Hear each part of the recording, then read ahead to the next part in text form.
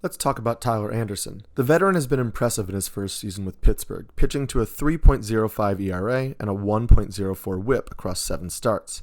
Anderson has always been a pitcher who relies on control and deception, including a funky windup that disrupts a hitter's timing. However, a big reason behind his success this year has been the added reliance on his cutter. Anderson has upped his cutter usage almost 10% and made it his second most used pitch. He now primarily relies on a fastball cutter change mix, and you can see from the heat maps his success isn't built on painting corners. The four-seam and cutter both catch a decent amount of the plate, but he keeps the four-seam in the upper half of the strike zone, and the cutter mainly in on righties. The changeup is pretty consistently thrown to the outside edge of the strike zone to righties, and a look at the spin direction graphics explains more why this pitch mix works for him. All of his offerings, including the sinker he throws primarily to lefties, approach the hitter from similar trajectories, but the cutter is the one with the greatest deviation. This is why it's so important as a glue pitch. Look at this graphic of Anderson's pitches to Chris Bryant in his last start. You can see from the catcher's point of view how similarly the pitches approach Bryant. The cutter acts as a middle ground pitch here, also splitting the difference with velocity as well, giving Anderson a more balanced arsenal, which we can see in action here. Anderson has also made a conscious change to his cutter this year, increasing the spin rate, but throwing the pitch slower than he has in years past.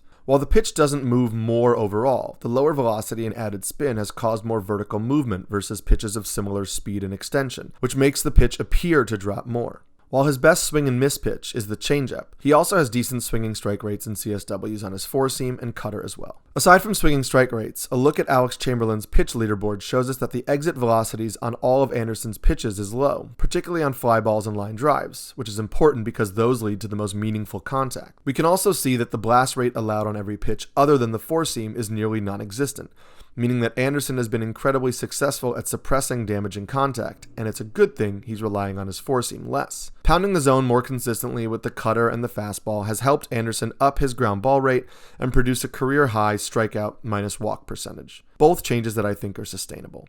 While some are quick to write him off, I think Anderson can be a solid source of ratios with 6 to 8 strikeouts a game. He may not get you a lot of wins on the Pirates, but he more than deserves a spot on your roster.